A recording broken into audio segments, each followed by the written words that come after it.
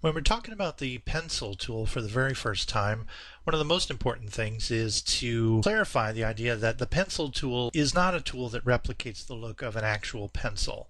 The pencil tool draws very much like the brush tool does in Toon Storyboard Pro, except there are some really critical differences that make it especially useful for drawing storyboards and drawing animation and drawing things that you're going to need to manipulate and scale. So the key thing that separates the pencil tool from the brush tool is the way that the vectors themselves are drawn. So we'll take a look at a brush stroke and a pencil stroke really close up so we can see what those differences are. Alright, I'll start off with a brush stroke. I'm going to pick a nice thick brush with a big bold color just to make it clear, and I'll make a letter B. B for brush.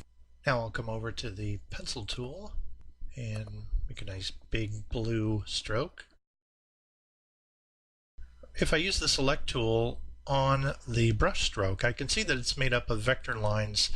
If you can see those thin orange lines around the two strokes that I made, you can see that it's made up of contour lines, basically mathematical equations that the computer's keeping track of that tell it where the boundaries of the line are. And then if I were to go in with the contour editor, you can see that it has a whole bunch of control points. This is something that most people don't ever deal with, so don't look at this and get all thinking that you have to start messing around with control points or something, because I know that I never have to use these at all, but some people do, and for that kind of close control, they may be really very, very important. The point is, you can see how the line is built, and that's going to become important in just a moment. But if I do a selection on the pencil stroke, I can see that what's really happening here is that there's a vector line that is just describing the center of the object. And what's making the contour happen is because each stroke has a certain amount of thickness and pressure that happened because of the line that I laid down. When you use the contour editor on a pencil stroke, you'll see that it has Bezier handles and all those things that again are gathered around the center line, and you can pick up parts of this and move it around. There's all kinds of manipulation that you can do with the pencil stroke.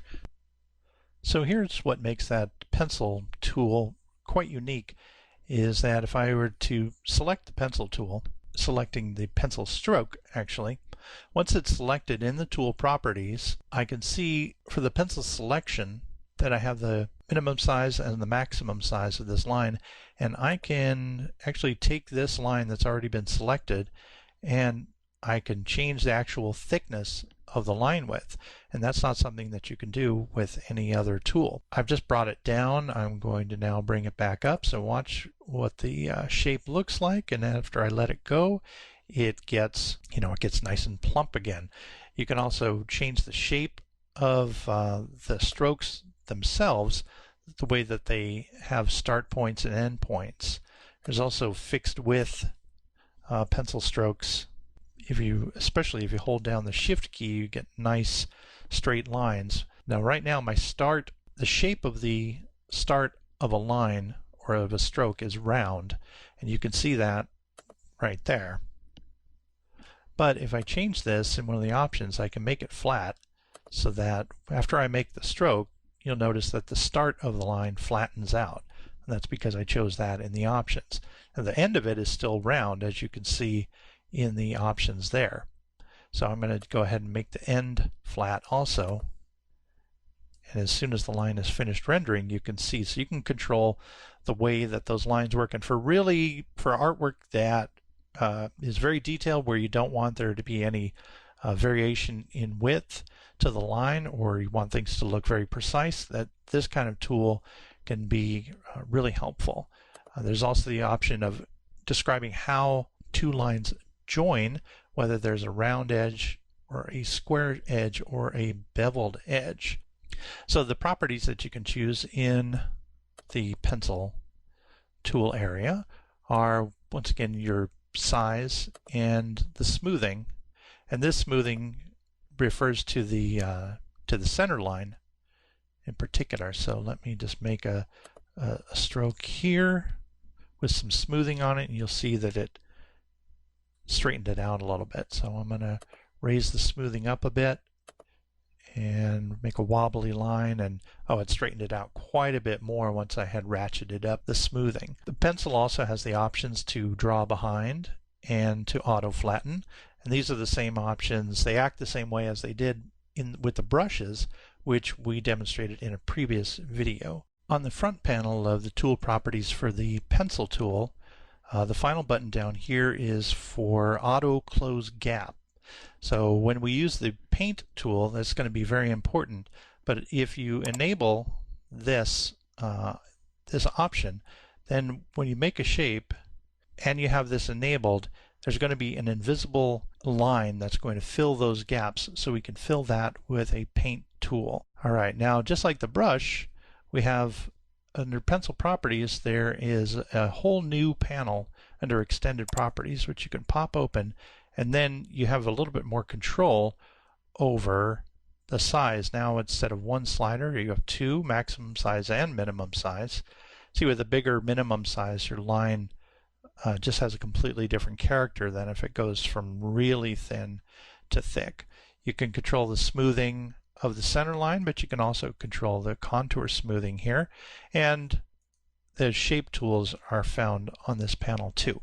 The fact that you can choose between maximum size and minimum size and all that, it reveals one of the main new features about the pencil, which is that in the past the pencil tool had been only available as a fixed width tool, just as you have that option in here of fixed width. But now you also have the option of having a variable width. There are a couple more features that are distinctive to the pencil that can come in very handy when you have to resize characters. So let me demonstrate with this little dog character that I've drawn here. I've drawn this with the pencil tool, and I'm going to show you the difference between the way that you can resize the line work for a pencil drawn character or a brush drawn character.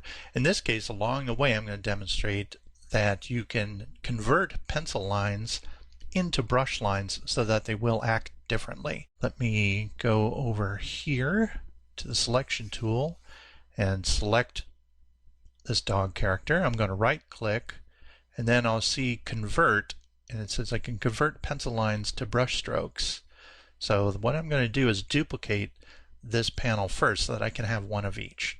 So there's a little button here where it says duplicate selected layers, and if you can't see this, it's because the tabs may be collapsed. And just click this double arrow, and I'm going to go down here and click duplicate selected layers, and I'll just rename them to make it easy. So I'm going to call this pencil and call this one brush. So now they have different properties, and this will help illustrate the uses of each one. Now that I've duplicated the layer, I'm going to convert this to brush strokes. So I'm going to select all of this character, and you can see that these are pencil strokes because the orange line is going through the middle of the stroke rather than the outside of the stroke.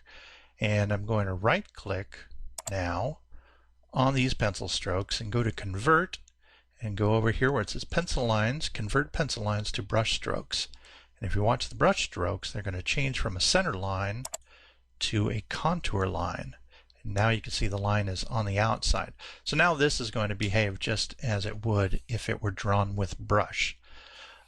So assuming that I drew this with a brush, I'm going to show you what happens if you have to shrink a character quite a bit, put them in the background. If your character is drawn with a brush, it can be kind of tricky to reposition him. I'm going to put him back here in the background, really small. But now if you take a look at this scene, his lines are so thin that they've broken up and we can't really see it very well. So I'm going to use the pencil tool now and use its advantages so that you can see how you can resize a character and adjust the line weight also. So if I want to make this pencil line character smaller, I have the opportunity to change his line weight. The first thing I'm going to do is to make his line weight just disappear by setting it to 0 with this slider. Okay, so now I can still see him because he's selected. I'm going to shrink him down and move him into place. I'm going to make him just as small as the other one. And now that I've placed him there, I can change his line weight to make it more visible and more appropriate to the scene. So I'm just going to start cranking him up here until I think it looks good, and I'll check it. Okay, so he looks quite a bit better there already with a line width of 9.6. So let me just type in 12 just to bump it up a little and take a look. And oh, he's looking a lot better. You can see how he's much more visible than the brush stroked character when I had to shrink him. So this doesn't come up too often, but sometimes I've had the experience of when you have to resize a character quite a bit, and then when you make them too small, they just disappear. So that's another advantage of the pencil tool.